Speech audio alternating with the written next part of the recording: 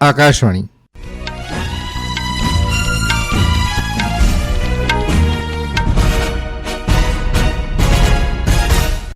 સમાચાર જયેશ વેગડા વાંચે છે. સૌપ્રથમ મુખ્ય સમાચાર.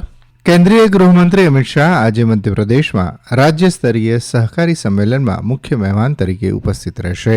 પ્રધાનમંત્રી નરેન્દ્ર મોદી આવતીકાલે આંબેડકર જયંતિ પ્રસંગે હરિયાણામાં હિસાર અને અયોધ્યા વચ્ચે હવાઈ સેવાનો આરંભ કરાવશે.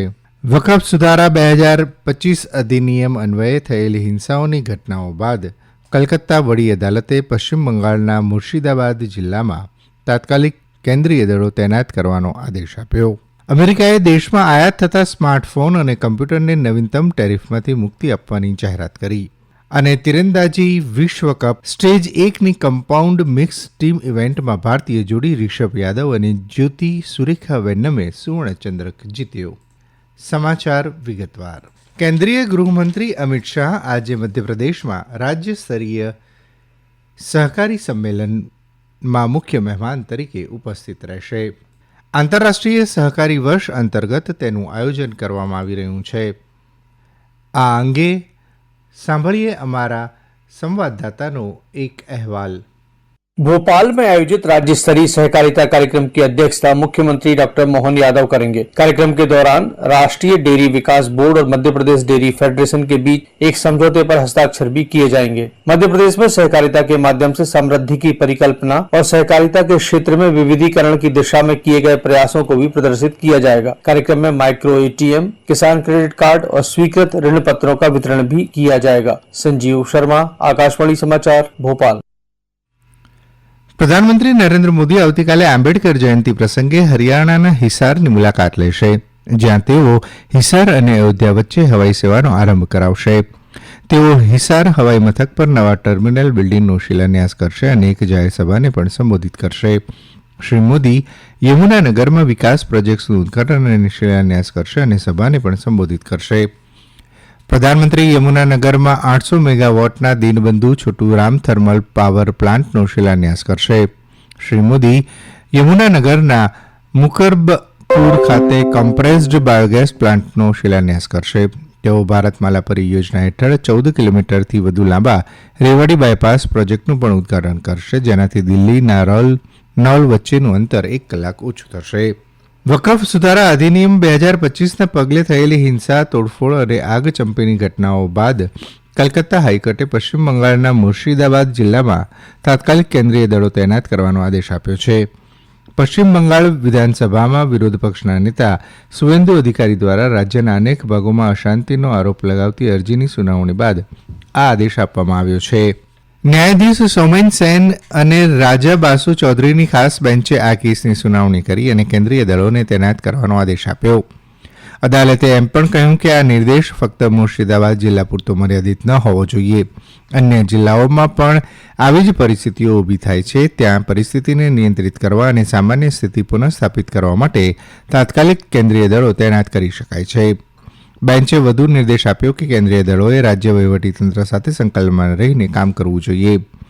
મુર્શિદાબાદમાં થયેલી અથડામણમાં 3 લોકો માર્યા ગયા હતા અને હિંસાના સંબંધમાં 138થી વધુ લોકોની ધરપકડ કરવામાં આવી છે. યુવાન કલાકારોની કલાના પ્રદર્શન માટેનું મંચ પૂરું પાડતી વામ વેવ્સ એનામાઈ અને મંગા સ્પર્ધા ગઈકાલે હૈદરાબાદમાં યોજાઈ હતી. Media and entertainment association of India દ્વારા આયોજિત અને તેલંગાણા વીએફએક્સ એનિમેશન અને ગેમિંગ એસોસિએશન દ્વારા સહયજમાનિત આ કાર્યક્રમ તેલંગાણાની શ્રેષ્ઠ ઉભરતી પ્રતિભાઓને એનાઇમ, મંગા, વેબસ્ટૂલ અને કોમ્પ્લેક્સમાં એકત્રિત કરવામાં આવી રહી છે.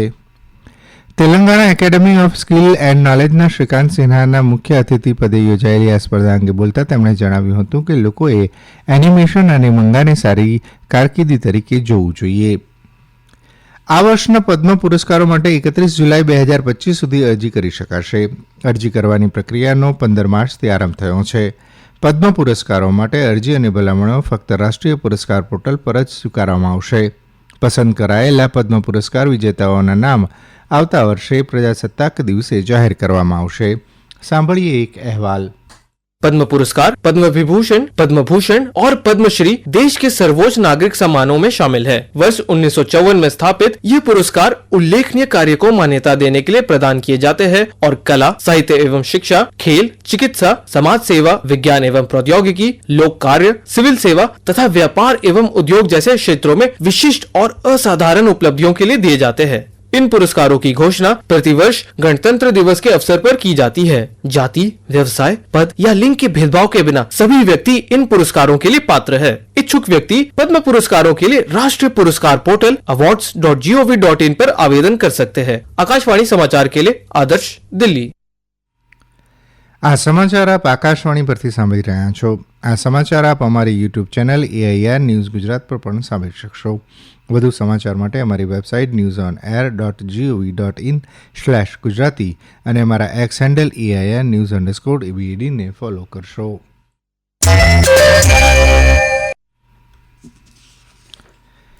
અમેરિકાએ દેશમાં આયાત થતા સ્માર્ટફોન અને કોમ્પ્યુટર્સને નવીનતમ ટેરિફમાંથી મુક્તિ આપવાની જાહેરાત કરી છે. યુએસ કસ્ટમ્સ અને બોર્ડર પ્રોટેક્શન નોટિસ અનુસાર સ્માર્ટફોન અને કોમ્પ્યુટર્સને મોટાભાગના દેશો પર યુએસ રાષ્ટ્રપતિ ડોનાલ્ડ ટ્રમ્પના 10% વૈશ્વિક ટેરિફ અને 145%ના ચાઇનીઝ ટેરિફમાંથી બાકાત રાખવામાં આવશે. આ મુક્તિ 5 એપ્રિલથી અમેરિકામાં પ્રવેશતા અથવા વેરહાઉસમાંથી જતા ઉત્પાદનો પર લાગુ પડશે. આ મુક્તિમાં સેમિકન્ડક્ટર, સોલાર સેલ અને મેમરી કાર્ડ સહિત અન્ય ઇલેક્ટ્રોનિક ઉપકરણો અને ઘટકોનો પણ સમાવેશ થાય છે. આ પગલાંથી એપલ જેવી ટેક જાયન્ટ્સને મદદ મળશે, જે ચીનમાં આઈફોન અને અન્ય ઉત્પાદનો બનાવે છે. ટ્રમ્પ વહીવટીતંત્રે યુનાઇટેડ સ્ટેટ્સમાં આયાત થતા ચીની માલ પર 145%નો લઘુત્તમ ટેરિફ લાદ્યા બાદ આ જાહેરાત કરવામાં આવી છે. ભારતીય ભૂમિદળના વડા જનરલ ઉપેન્દ્ર દ્વિવેદીએ ગઈકાલે પંજાબના જલંધરના વ્રજ કોરના મુખ્યાલયની મુલાકાત લીધી અને તૈયારીઓની સમીક્ષા કરી હતી. મુખ્યાલયના જનરલ ઓફિસર કમાન્ડિંગે જનરલ દ્વિવેદીને પશ્ચિમી મોરચાની સુરક્ષા પરિસ્થિતિ અંગે માહિતી આપી હતી. ભૂમિદળના વડાએ કેટલાક નિવૃત્ત સૈનિકો સાથે પણ ચર્ચા કરી હતી. તેઓ અત્યારે પશ્ચિમી કમાન્ડની મુલાકાતે છે. આ પહેલા જનરલ દ્વિવેદીએ ગઈકાલે અમૃતસરમાં શ્રી હરમંદ સાહિબ ખાતે દર્શન કર્યા હતા. અમેરિકાના ફ્લોરિડા ખાતે તીરંદાજી વિશ્વકપ સ્ટેજ 1ની કમ્પાઉન્ડ મિક્સ્ડ ટીમ ઇવેન્ટમાં ભારતીય જોડી રિષભ યાદવ અને જ્યોતિકા સુરેખા વેન્નમે સુવર્ણચંદ્રક જીત્યો છે. ભારતીય જોડીએ ગઈકાલે રાત્રે એક રોમાંચક મેચમાં ચાઇનીઝ તાઇપેઈના હુઆંગ ઝાઓ અને ચેન ચીહ લુની જોડીને હરાવીને આ ટાઇટલ જીત્યું હતું.